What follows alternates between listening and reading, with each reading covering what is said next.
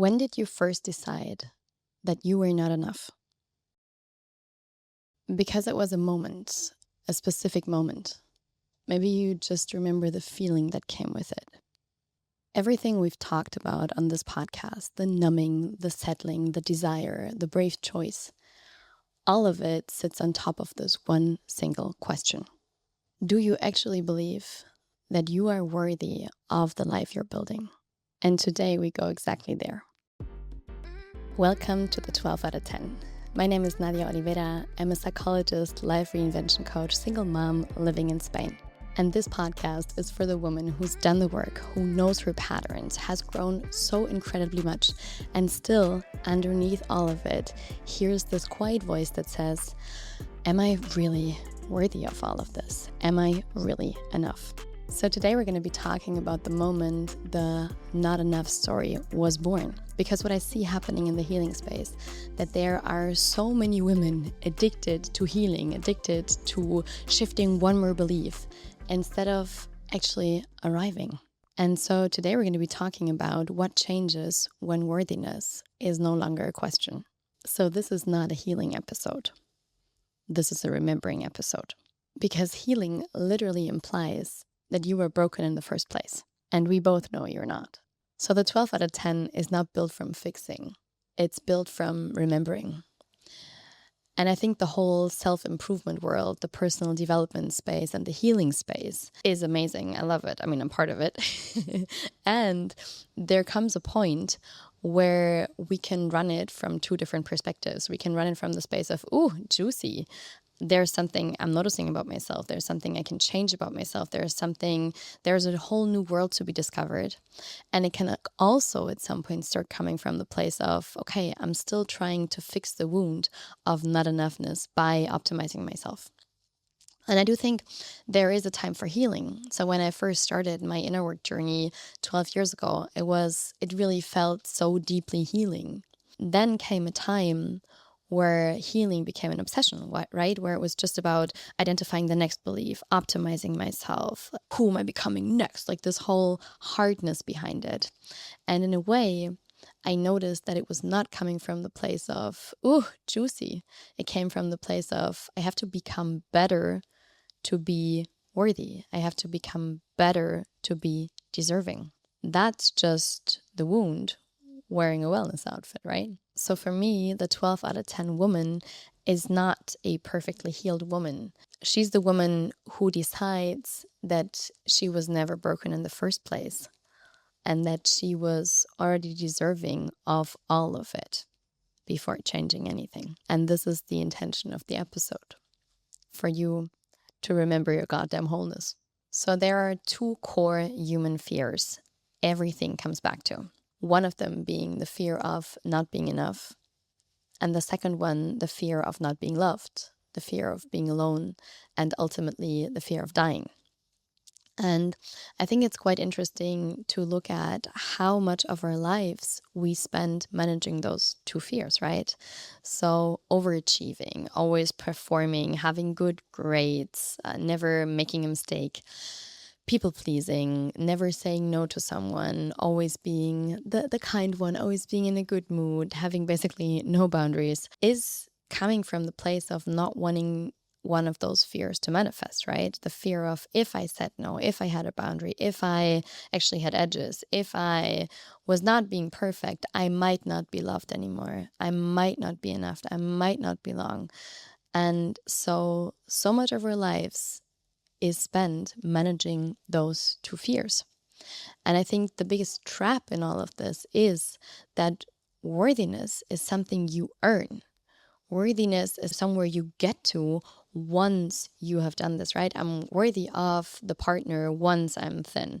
I'm worthy of the good relationship once I manage to be able to set boundaries. Worthy of good things to come to me when I finally vibrate in the frequency of abundance. And I think that is a really exhausting way to live. And I can tell you it's an exhausting way to live because I've done this for so many years. Because it's basically running a race with no finish line to prove something that was never in question, right? Every I am not enough belief has a birth moment. And one of my core moments was when I was 16 years old, when I was living in the US in my host family. And I had a discussion with my host mom, and she told me, who has raised you to be this way?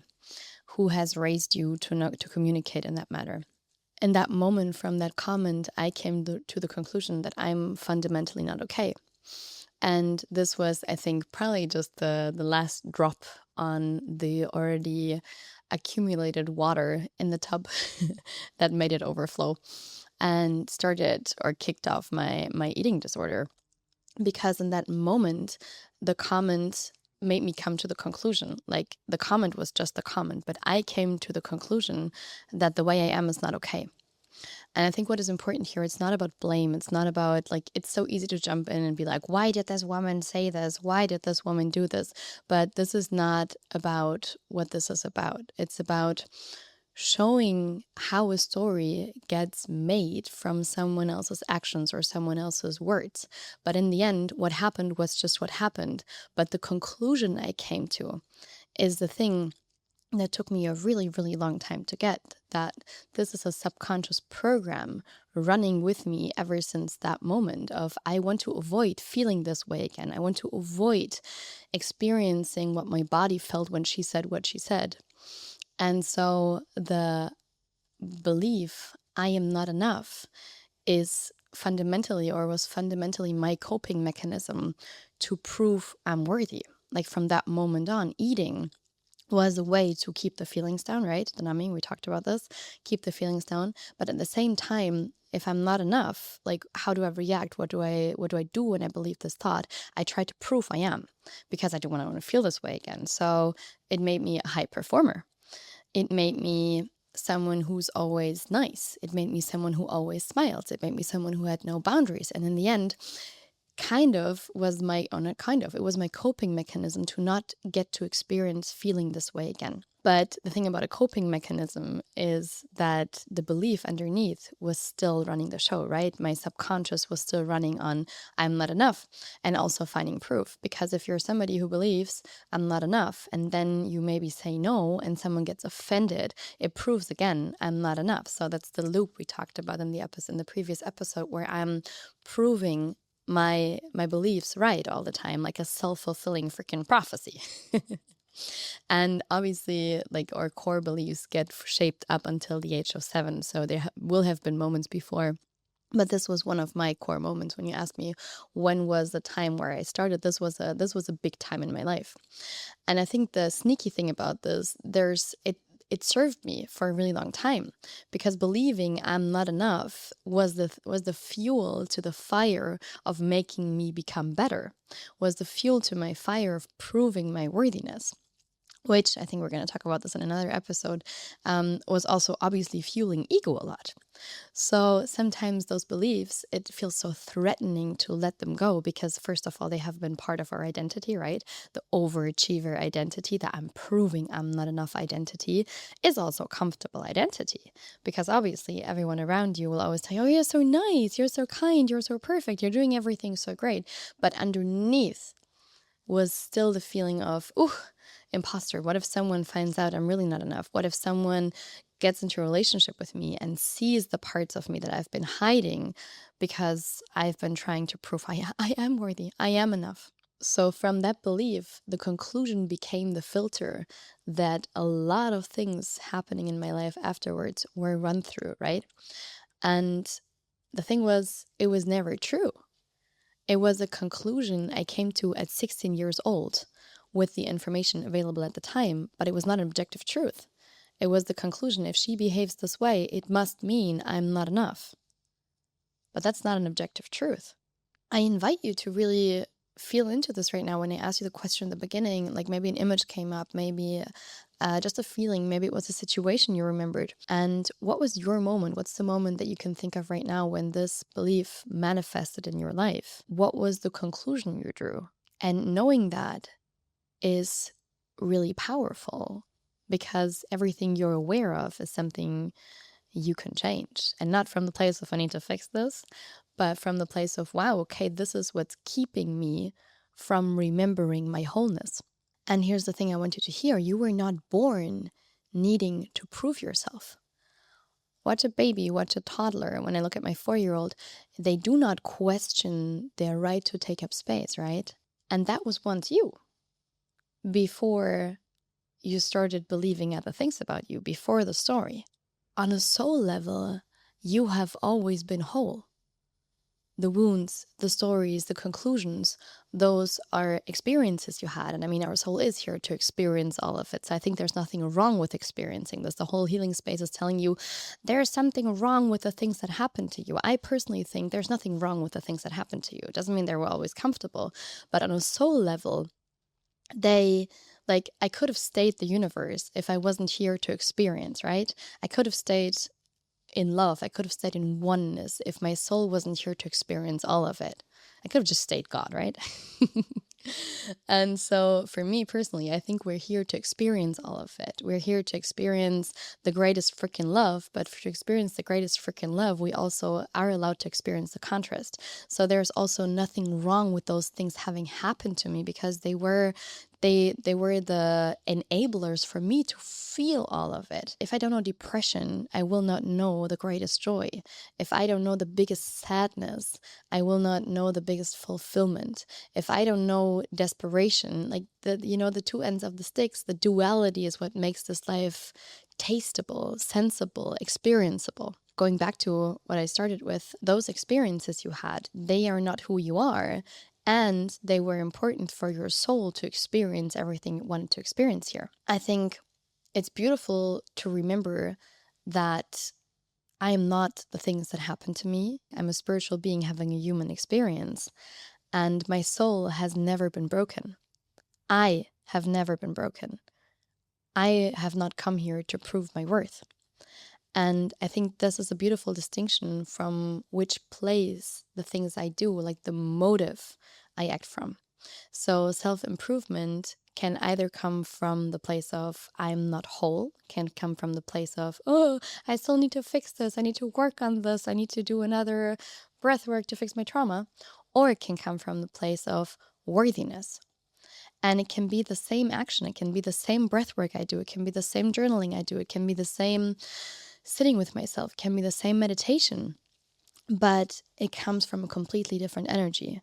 It comes from recognizing I'm whole, and I just got to remember that I'm freaking whole, and I'm going to do this to remember, or I'm going to do this to patch up the unworthiness I somehow picked along the way and started believing. For me, this leads to a completely different result. Obviously, if it comes from a different place, it leads to a different result. I think this is especially important when we talk about future self, when we talk about the woman we are becoming.